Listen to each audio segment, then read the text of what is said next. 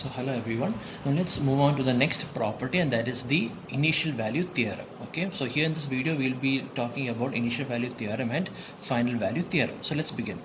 So initial value theorem states that if x of z is equal to z of x of n, right? That means this x plus of z actually stands for the unilateral z transform.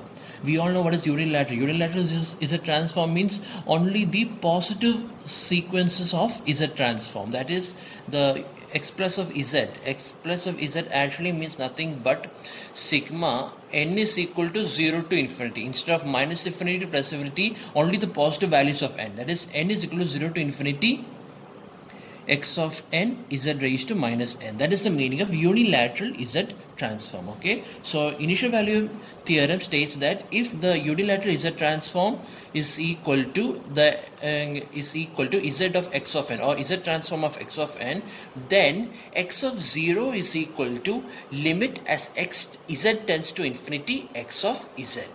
Okay, x of 0 is what you call as the initial value, right? The starting value, the first value of x of n, right?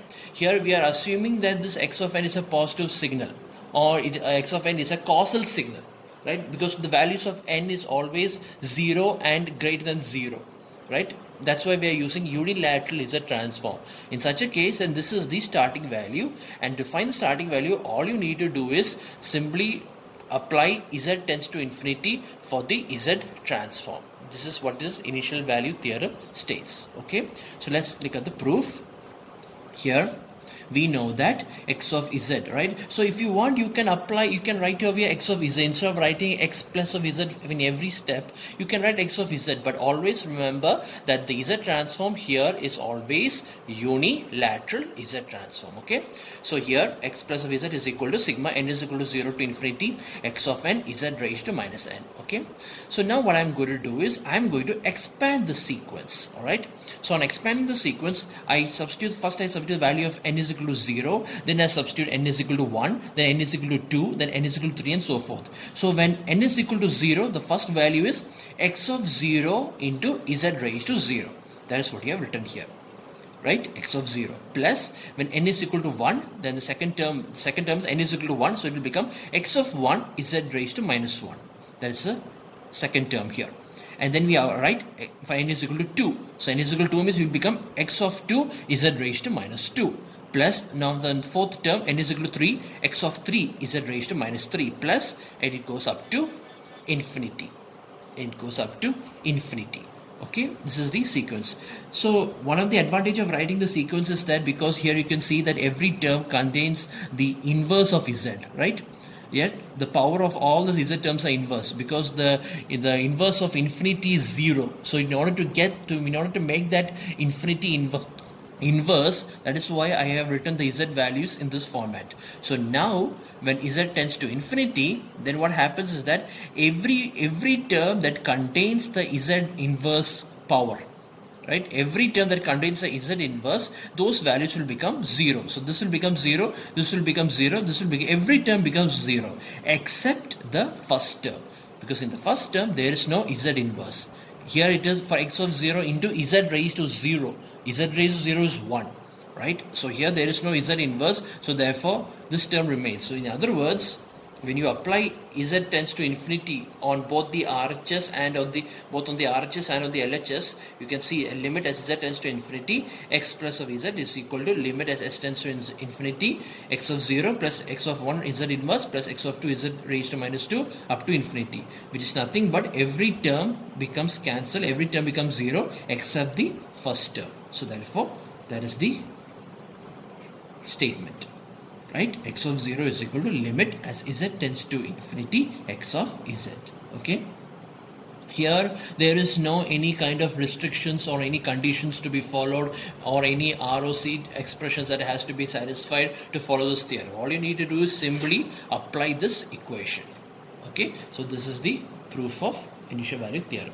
Now let's move on to the next theorem, and that is the final value theorem. Okay, now final value theorem, it states that here also we are applying, or we are assuming that the Z transform or the x of n is a causal signal, therefore the Z transform is a unilateral Z transform. So if x plus of Z is the Z transform of x of n, then this is important, when x of infinity means the final value of x of n, or also called as the steady state value of x of n. X of infinity is equal to limit as z tends to 1, z minus 1 into x of z. This is the equation for finding the final value of x of n, right? So now let's look at the proof. Here we already know that the z transform of x of n is equal to x of z, and then we find the z transform of x of n plus 1, right? We find the z transform of x of n plus 1, and we have already learned earlier what is the z transform of x of n plus 1. All you need to do is simply apply the time shifting property, right? By applying this time shifting property, you can see that the z transform of x of n plus 1 is equal to z into x of z minus z into small letter x of 0, right? This is you have to, don't get confused, this is the z transform, this is the time domain function, this is the frequency function, this is time domain. That's why this is capital letter and this is small letter, okay? And this x of 0 represents the initial value when n is equal to 0, okay? So in order to learn how you got this equation, I suggest all of you to look into the time shifting property, the video that shows the time shifting property. There I have explained how we got this equation, okay? And you should also be able to write this equation for any value of the shifter. Any value of the shifting value, you should be able to write this equation, okay? You should learn how to write this equation. It's very important even for the coming chapters, okay? So we know these two equations. Now what we do is that we are going to find the difference between these two terms, or we are going to find z transform of x of n plus 1 minus z transform of x of n. Okay, we know that the z transform of x of n plus 1 can be written like this, that is sigma n is equal to 0 to infinity x of n plus 1 z raised to minus n. This is the equation for the z transform of x of n plus 1, and the z transform of x of n is sigma n is equal to 0 to infinity x of n z raised to minus n. Okay, then what I'm going to do is that I'm going to substitute these two values.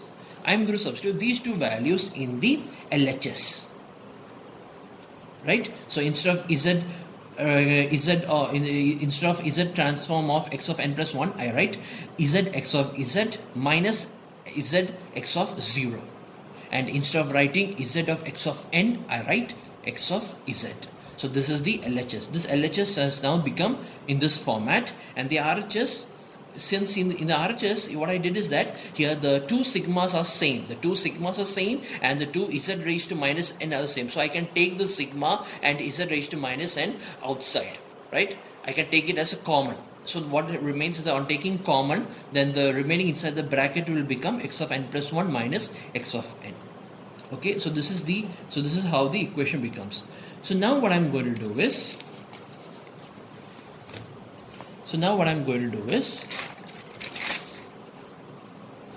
I take x of z common, right? I take the x of z common, so it becomes z minus 1 x of z minus z x of 0, okay? N is equal to sigma n is equal to 0 to infinity x of n plus 1 minus x of n into z raised to minus n. Okay, so then what I'm going to do is that instead of writing n is equal to 0 to infinity, okay, instead of representing n is equal to 0 to infinity, what I'm going to do is that I'm going to write it as n is equal to 0 to k. You will understand later why I'm writing like this. N is equal to 0 to k, which means the RHS will become limit as k tends to infinity sigma n is equal to 0 to k. Okay, you'll understand why I have written like this. Okay, and the remaining is the same, that is x of n plus 1 minus x of n into z raised to minus n. Okay, LHS is also the same. Okay, no difference. Now what I'm going to do is that I'm going to apply z tends to 1. So what happens when z becomes 1? Right here, if I put z is equal to 1 over here, it doesn't mean that this term will become 0. because in order to find out if the term becomes 0, I need to find the value of x of z. So since x of z is also a function of z, I can't tell whether this value becomes 0 or not. So this equation becomes limit as z tends to 1, z minus 1 x of z.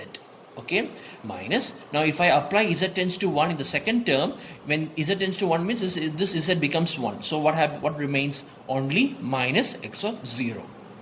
Okay, is equal to limit as k tends to infinity, sigma n is equal to 0 to k, there is no z over here, x of n plus 1 minus x of n into z raised to minus n. So if I apply z tends to 1 over here, it will become 1 raised to minus n. 1 raised to minus n is 1 itself. Okay, so that's how we got this step, right? So that means in this step, this z became 1 and this z over here also became 1. The z over here and the z over here became 1. Here I cannot apply any other value because I don't know the value of x of z. So I cannot apply 0 or any other value. So I have to write like this itself. Okay. Now what I'm going to do is that I'm going to expand this term. I'm going to expand this term.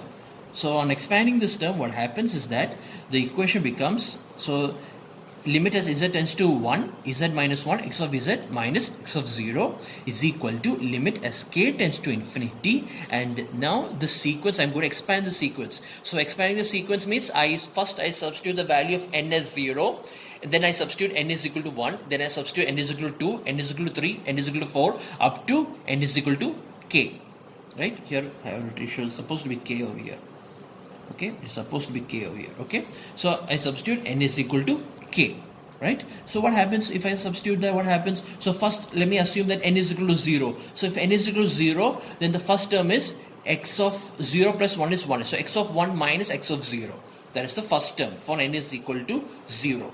Now when n is equal to 1, it will become x of 2 minus x of 1. That is what you have written over here. Plus, now if I substitute n is equal to 2, it will become x of 3 minus x of 2. That is the third term. Plus, and it goes on, and the last term is when n is equal to k. So what happens when n is equal to k? It will become x of k plus 1 minus x of k. That is what I have written here. X of k plus 1 minus x of k. Right?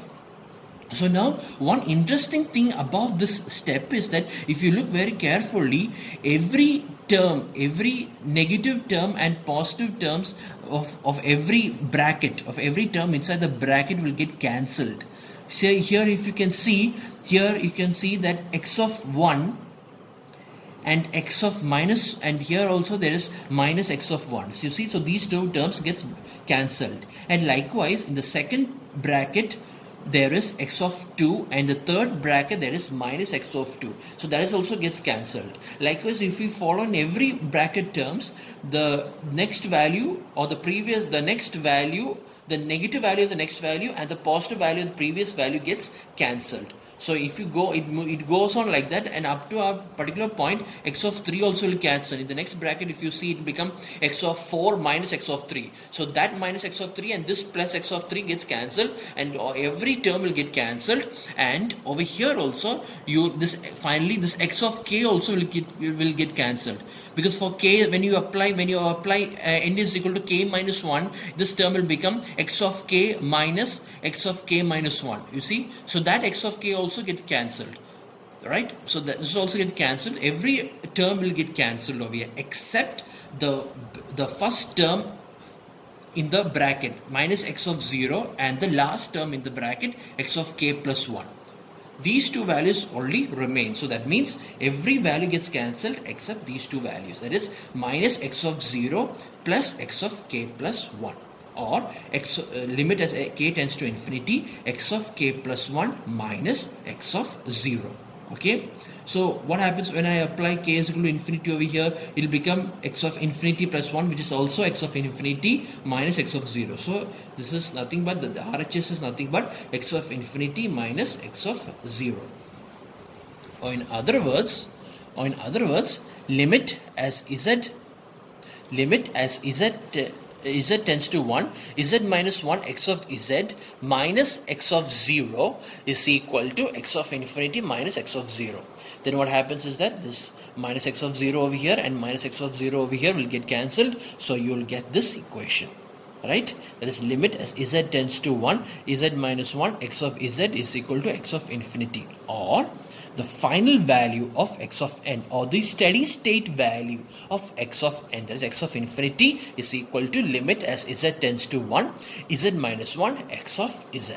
Okay, this is the final value theorem. Okay, so now in order to apply the final value theorem, there are some certain conditions that you have to follow, right? Because here basically you are multiplying your z transform with z minus 1, right? So when you're multiplying this with z minus 1, basically the region of convergence will get modified, right? And also you are also, don't forget, you are assuming that the z transform is unilateral in nature. Unilateral means the value of n is always positive, 0 or positive. That is, value of n changes from 0 to infinity. This is the meaning of unilateral Z transform. Okay, so in that case, we are going to understand that in order to apply final value theorem, two conditions must be satisfied. The first condition is that the region of convergence of x of z must have, but not exclusively, the region magnitude of z greater than 1. What this means is that the value of z, or the magnitude of z, must always contain the region z greater than 1. Okay, it not exclusive in sense means it may not be only that, but that region should always be included. Okay, that means, in other words, I can say that magnitude of z, this magnitude of z can be greater than 0.8, or it can be greater than 0.2, or it can be greater than 0.7. You see why? Because in all these regions, because in all these conditions, magnitude of z is greater than 1 also. It shows that the magnitude of z greater than 1 region is also included. You see, that region is also included inside this region. That is what this means. Okay, so that means this first condition will fail if you write something like this, less than 0.3. If you write something like this, then the first condition will not be satisfied, because here the region of convergence is less than 0.3, which means the greater than 1 is not being included. So that means if you draw the region of convergence, this region that you see here, here the radius is 1, this is a unit circle, and this region, the outside region, must always be included. Not exclusively. That means exclusively means it may not be constrained in that term, but that region should also be one of the regions. That is what the first condition says. Second condition is that the function z minus 1 into x of z must not have any poles on and outside the circle z is equal to 1, right? This is called as the unit circle. This is the unit circle, right? When the radius is equal to 1. So the function z minus 1 into x of z must not have any poles. Must not have any poles means, that means the denominator of this function, the denominator's function, suppose if the denominator's function is having the value of, let me say that let this be the pole. Okay, let this be the pole, z minus a be the pole of this function. Then the value of a, or the magnitude of a, must never be greater than 1, greater or equal to 1, on and outside the unit circle. So the magnitude of a must not be greater than or equal to 1. That is what this second condition means. Must not have any poles on or outside the circle, right? So that means this is okay, right? This is okay, this is okay, this is also no problem, this is also no problem, this is also no problem, this is a problem. You see, this is a problem. The denominator should not have z minus 3. The denominator should not have z plus 5. The denominator should not have z minus 7, or any of these kinds of terms. If the denominator has any of these factors, then you cannot apply the final value theorem. In that case, x of infinity is not defined. Okay. So now let's do the problems, and then you can clearly understand what this condition actually means. Okay. So let's do the first problem.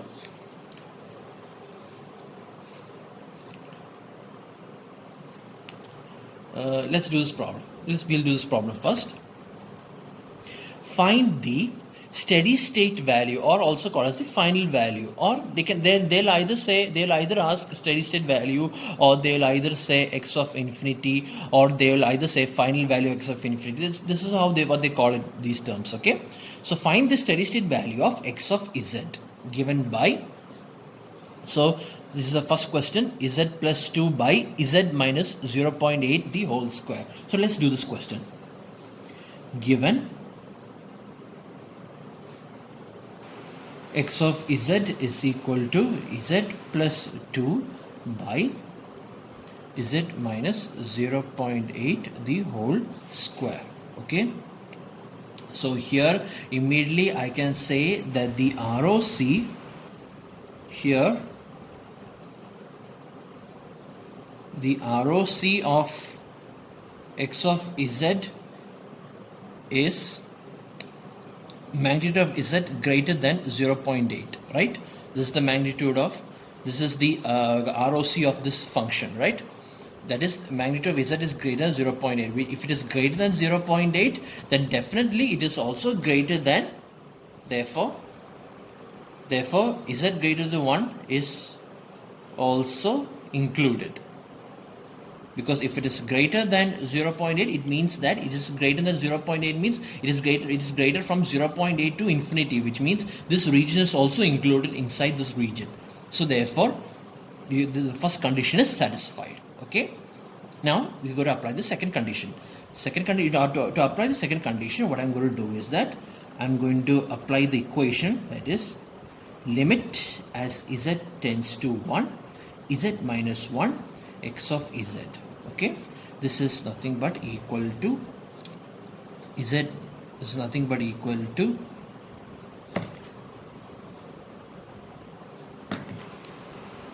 limit as z tends to 1, z minus 1, and this x of z is written as z plus 2 by z minus 0.8 the whole square. Okay. So here you can see, so now before applying z is equal to 1 in this term, I'm going to check the poles of this. Okay, and like I said, the pole of this function must not be on the circle and outside the circle, or in other words, the value of the constant must be less than 1. The magnitude of the value must be less than 1. So here you can see that the pole in this function, right, in this function, that is the pole of, let me write that over here, the pole of z minus 1 into z plus 2 by z minus 0.8 the whole square is z is equal to 0.8 comma and z is equal to 0.8. Since z minus 0.8 the whole square, so there are two poles, z is equal to 0.8 and z is equal to 0.8. So as you can see, these two poles are actually inside the unit circle, right? They are all inside the unit circle. So if this is the unit circle, radius is 1. So if this is the unit circle, then this is the pole, 0.8. You see, it's coming inside the unit circle. In that case, the second condition is also satisfied. So if the second condition is also satisfied, then you can apply this formula, the final value theorem formula. Okay. So therefore, the final value is given by x of infinity, which is equal to limit as z tends to 1, z minus 1 into z plus 2 by z minus 0.8 the whole square. Okay, so since as you can see here, I cannot do anything about this z minus 1, so z minus 1 cannot be cancelled because the denominator also doesn't have any z minus 1 or anything like that. So what happens over here is that when I substitute z is equal to 1, then here it becomes 1 minus 1, which is 0. In other words, this becomes 0. Therefore, x of infinity is equal to 0. Okay, This is the answer for the first question. Now let's do the second question. Second question is z plus 1 by 3 into z minus 1 into z plus 0.9. Let's do this question. That is x of z is equal to, let me check the question again, z plus 1 by 3 into z minus 1, 3 into z minus 1 into z plus 0.9, z plus 0.9. Okay, so here also let me check the, if the ROC here, the function over here is that here the ROC of the first factor is magnitude of z is greater than 1, and the ROC of the second factor is magnitude of z is greater than 0.9. That means the overall ROC of this function is magnitude of z is greater than 1. The overall ROC, right, is z greater than 1. So that means the first condition is satisfied, right? The ROC of x of z contains magnitude of z greater than 1. So the first condition is satisfied. Now if you want to see if the second condition is satisfied or not, okay, let me just multiply x of z with z raised to minus 1. So it becomes like this, right?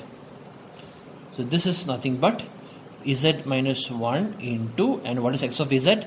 Z plus 1 by 3 into z minus 1 into z plus 0.9. Okay, and z minus 1 and z minus 1 get cancelled, so the remaining factor is z plus 1 by 3 into z plus 0.9.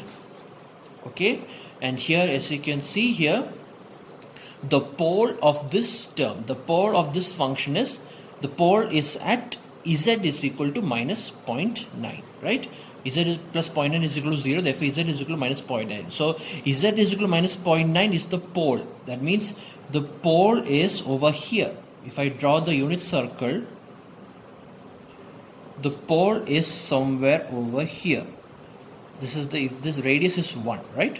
The radius is 1, so this is minus 0.9, which means this is also inside the unit circle. So the second condition is satisfied, right? The pole must not be on the circle and must not be outside the unit circle.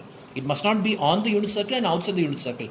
So it must be only inside the unit circle. So this is inside the unit circle. Therefore, second condition is also satisfied, right?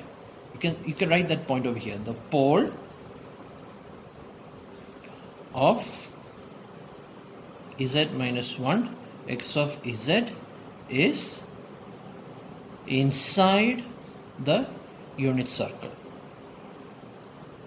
is inside the unit circle. Okay, so now what you can do is you can now satisfactorily find the value of x of infinity. So x of infinity is equal to limit as z tends to 1, z minus 1 into x of z. We have already found the value of z minus 1 into x of z, right? After cancelling out this z minus 1 term, this is what remains. This is nothing but, so it's limit as z tends to 1.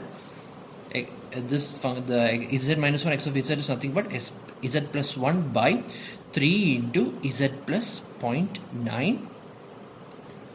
Okay, which is nothing but, here this becomes 1 plus 1, this becomes 2 by 3 into, and this is nothing but 1 plus 0.9, which is 1.9. Okay, the value is 0.3508. Okay, so this is the steady state value or finite value of the given question. Okay, so see, first to apply the final value theorem, you have to apply the first condition. You have to check whether the first condition is satisfied, and then you have to check if the second condition is satisfied. Then only you can find the final value. Okay, if any one of these conditions are not satisfied, then you should say that the final value is undefined. Okay, so let's do the third question. The third question is 3z plus 4 by z minus 1 into z plus 1. Let's write that here over here. Third question, okay. Given x of z is equal to 3z plus 4 by z minus 1 into z plus 1. Okay, so now let's do this question. So let's check the first condition. So here the ROC of the first factor is magnitude of z is greater than 1. The ROC of the second factor is also z magnitude of z greater than 1. So therefore the overall ROC is magnitude of z is greater than 1, which means that first condition satisfied, or in other words, the ROC of x of z contains the region magnitude of z is greater than 1, which means the first condition is satisfied. Okay, so now I'm going to check if the second condition is satisfied or not. So in order to check that second condition, I'm going to multiply this function with z minus 1. So z minus 1 into x of z. Okay, this is nothing but z minus 1 into 3z plus 4 by z minus 1 into z plus 1. Okay, so this z minus 1 will get cancelled and this z minus 1 will get cancelled. So what remains? The remaining term is 3z plus 4 by z plus 1. Okay, so what is the pole of this function? The pole is at z is equal to minus 1. So that is a bad news, right? Because according to your second condition, the pole of this function z minus 1 into x of z, the pole of this function must not be on the unit circle and outside the unit circle. If you check for this pole, the position of this pole is on the unit circle, exactly on the unit circle. If this is your unit circle and this pole is exactly on the circle, you see, it should not be on the circle and it should not be outside the circle. It should always be inside the circle. Or in other words, the magnitude of z must be less than 1. It should come anywhere inside the circle, anywhere between these two values. That is what it means.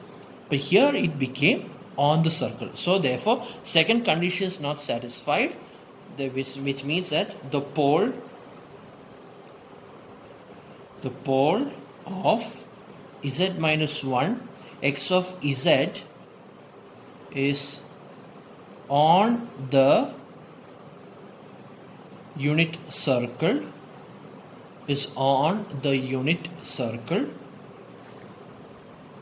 therefore x of infinity is not defined. See, this is where usually students make mistakes in the exam, right? Because when they see this and they simply apply the z limit as z tends to 1 over here, and then they'll simply find the value and write the answer, right? They don't care to check the poles. Okay, so you have to be very careful when you're finding the final value theorem. Okay, now let's do one more question to find the